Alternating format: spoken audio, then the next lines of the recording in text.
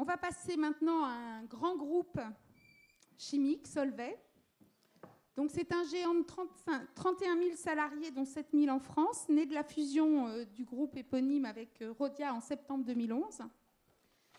Cette dernière, Rhodia, c'était Rhône-Poulenc auparavant, et Rhône-Poulenc, dans la tradition française du dialogue social, ça n'est pas n'importe quoi, c'était un symbole.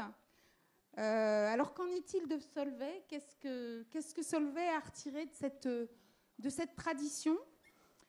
Maurice Tritsch, qui est coordinateur CFDT du groupe, malheureusement a eu un souci personnel, ce qui fait qu'il ne peut être parmi nous. Donc je n'ose vous demander de faire les deux voix à la fois. Jean-Christophe Sibéras, vous êtes DRH France et directeur des relations sociales monde de Solvay. En tout cas, vous allez donc être seul pour nous parler d'un accord qui est un accord intéressant à la fois par son champ et par son sujet. Le champ, c'est un champ mondial. Et puis le sujet, c'est la responsabilité sociale et environnementale. C'est le 100e accord de ce type signé par Industrial Global Union, donc la Fédération industrielle de l'industrie qui dépend de la CSI, Fédération internationale. C'est donc le 100e avec un groupe. D'abord, qu'est-ce que ça change pour la négociation sociale d'être dans un groupe mondial, Jean-Christophe Sibéras? Ça change que, en fait, les périmètres de négociation classiques, ils sont plutôt organisés dans des pays, avec des législations nationales, des cultures nationales, et au fond, on voit bien, quand on passe d'un pays à un autre, souvent, même en Europe, même à l'intérieur de l'Europe, on a des mondes différents. Les systèmes de négociation sont différents. Il y a des pays où il y a plus de branches. Mettons, le poids de la branche est très fort en Allemagne. Des pays où, au fil du temps, c'est plutôt décentralisé, mettons comme en France. Il y a des pays intermédiaires comme l'Italie, où il y a des niveaux régionaux qui sont extrêmement forts. Il y a des pays comme les États-Unis où la négociation est d'établissement, enfin d'usine, on va dire, ou de site. Il y a des pays où le syndicat est d'entreprise, d'autres où il est complètement externe à l'entreprise, mais alors vous avez des interactions. Petites fiches pour vous en sortir? Non, je me dis toujours, il faudrait que je me fasse des fiches. En fait, ils sont dans ma tête, à force de m'occuper de ces sujets-là. Finalement, on acquiert progressivement une certaine connaissance, on va dire, de la diversité des systèmes de négociation collective dans l'ensemble des pays où on opère. Est-ce que c'est du domaine du ressenti, ou est-ce que vous avez en fait des textes et qu'après tout, en lisant les lois, on comprend très bien comment tout ça fonctionne? Les lois, il faut les connaître un minimum, mais on ne peut pas connaître les lois de tous les pays. Il faut s'appuyer sur des collègues qui sont locaux. Simplement, ce que je crois, c'est qu'il faut, finalement, pour avancer dans un grand groupe, il faut se dire, bon, est-ce qu'on a d'abord une politique? C'est quoi notre vision de l'interlocuteur syndical? Donc, effectivement, dans un groupe industriel, chimiste, 150 ans d'âge, des capacités collectives de mobilisation tout à fait significatives, quel que soit le pays, on est forcément dans un univers où le collectif de travail, où le rapport de force est une réalité. Bon, qui plus est, la chimie, c'est une industrie qui n'arrête pas, on travaille jour et nuit, 365 jours par an, donc il est clair qu'on est très vulnérable aux conflits collectifs et à la grève en particulier. Donc de toute façon, on est quand même dans un contexte économique et de travail où la place du collectif est forte. Bon. Donc il y a forcément en face de nous, dans pratiquement tous les pays du monde, des organisations collectives qui s'appellent des syndicats, qui s'appellent parfois des collectifs qui ne sont pas liés à des syndicats, mais en tout cas qui sont présents. Donc la position de base, c'est d'avoir des idées claires sur qu'est-ce qu'on veut faire.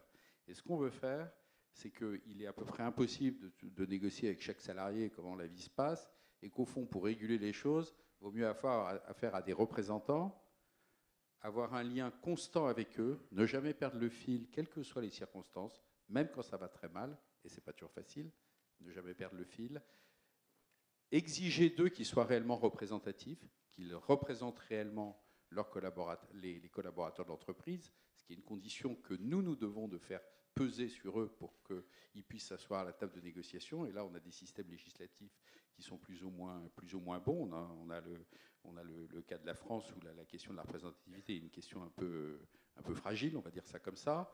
Mais ça, on doit l'exiger.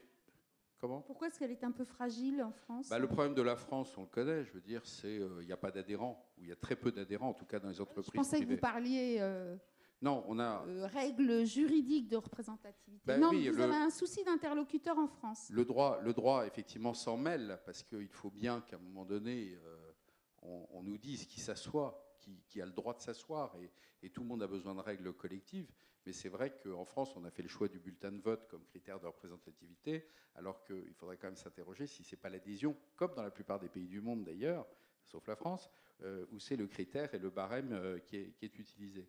Alors effectivement, c'est un système qui, du coup, a une certaine fragilité, parce que nos interlocuteurs sont adhérents, mais en réalité, ils sont adhérents de tout petits groupes. Les sections syndicales, les syndicats, quand on regarde comment ils fonctionnent, comment ils se réunissent, en fait, ils sont finalement assez peu nombreux, et du coup, ils prennent des décisions très importantes, puisque le dialogue social est au cœur des transformations, et c'est une très bonne chose que le dialogue social soit au cœur des transformations. C'est le dialogue social à la française qui se développe, et encore la période récente vient nous le montrer. Mais en même temps, on met le dialogue social au cœur des transformations des entreprises. C'est une excellente chose, mais en fait, il repose sur un pied extrêmement fragile qui est la faiblesse de l'adhésion. Et alors, quand vous négociez avec la Fédération internationale de l'industrie, ça donne quoi? Alors, quand on négocie avec la Fédération internationale de l'industrie, ça s'appelle Industrial, donc là, c'est les organisations qui sont à Genève, et Gilles de Robien les connaît bien, ils sont installés là-bas, c'est pas par hasard. Donc on a affaire en fait à des superstructures de syndicats. Parce des professionnels de la négociation. Ah oui, là, c'est des super pros, des gens qui ont des fédérations qui leur sont affiliées, qui elles-mêmes ont des fédérations, etc. Industrial, c'est pas tout à fait rien. Il y a quand même 50 millions d'adhérents derrière, c'est pas tout à fait rien. Premier adhérent, les syndicats allemands. Deuxième adhérent, les syndicats américains. Tout ça, c'est du lourd. Eux, ils comptent en nombre d'adhérents. Hein. Eux, c'est le nombre, combien de divisions chez eux, c'est effectivement le nombre d'adhérents, ce qui fait d'ailleurs que les syndicats français ou les fédérations françaises ne pèsent pas très lourd parce qu'elles apportent assez peu d'adhérents donc dans les organisations internationales. Et alors, quand cette organisation internationale négocie, elle négocie comment? Elle négocie... c'est dur, il y a des exigences fermes, c'est un peu... il y a du palabre. Écoutez, en fait, je trouve ces organisations syndicales, pour en connaître, alors je connais bien Industrial, j'ai bien connu celles qui les précédaient du côté de la chimie, puis de la métallurgie, dans des univers successifs. Au fond, ce qui est assez frappant, et c'est quand même un message intéressant, c'est que plus les gens ont en face, disons derrière eux, une très forte surface en matière d'adhésion, plus ça vous donne un syndicalisme responsable. Hein, parce qu'ils sont, en fait, ils sont très sûrs d'eux. Ils sont très sûrs d'eux. Ils se sentent très solides. Et au fond, plus vous avez d'adhérents, plus vous êtes au cœur de l'entreprise et plus vous êtes proche de l'entreprise. Et ils ne sont pas déconnectés de la base en étant si loin? Non, ils ne sont pas déconnectés de la base parce que c'est des gens qui sont très organisés, ils ont des équipes, ils ont des remontées, etc. Bon, évidemment, c'est des permanents. Ils ne travaillent plus, leur futur ne travaille plus au sens, on va dire, productif, au sens opérationnel. Ceci dit, à ce niveau-là, et je pense que c'est vrai même des fédérations nationales, vous avez l'avantage d'avoir des gens qui ont des repères en termes de négociation qui sont très clairs et de la méthodologie en termes de négociation qui est très claire. C'est-à-dire, ils ont des axes politiques, vous les connaissez, vous connaissez leurs lignes, les points durs, les points sur lesquels on peut négocier, toute chose qui aide évidemment à travailler. Généralement, ils vous font savoir à l'avance les points sur lesquels ils ne peuvent pas transiger. Vous-même, vous faites pareil. Après, vous avez un espace de discussion qui est clairement balisé et clairement délimité. Et ça va plus vite? Oui, c'est assez simple.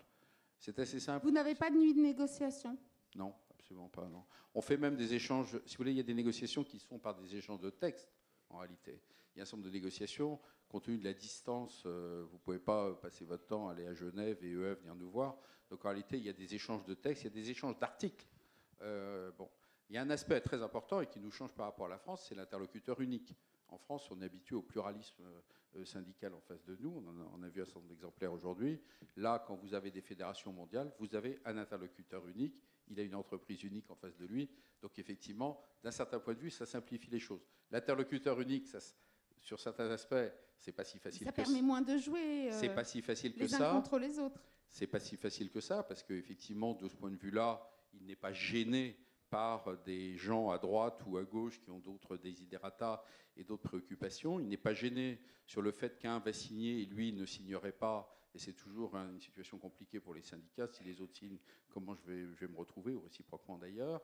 Donc de ce point de vue-là, vous êtes dans une situation de dualisme de négociation. Une entreprise, une organisation syndicale, c'est un peu le système à l'allemande. Et du coup, c'est un système qui est finalement beaucoup plus simple. Ce sera intéressant de demander leur point de vue aux participants à la table ronde sur ce mode de négociation. Merci beaucoup pour nous avoir fait découvrir ce mode de négociation. Merci.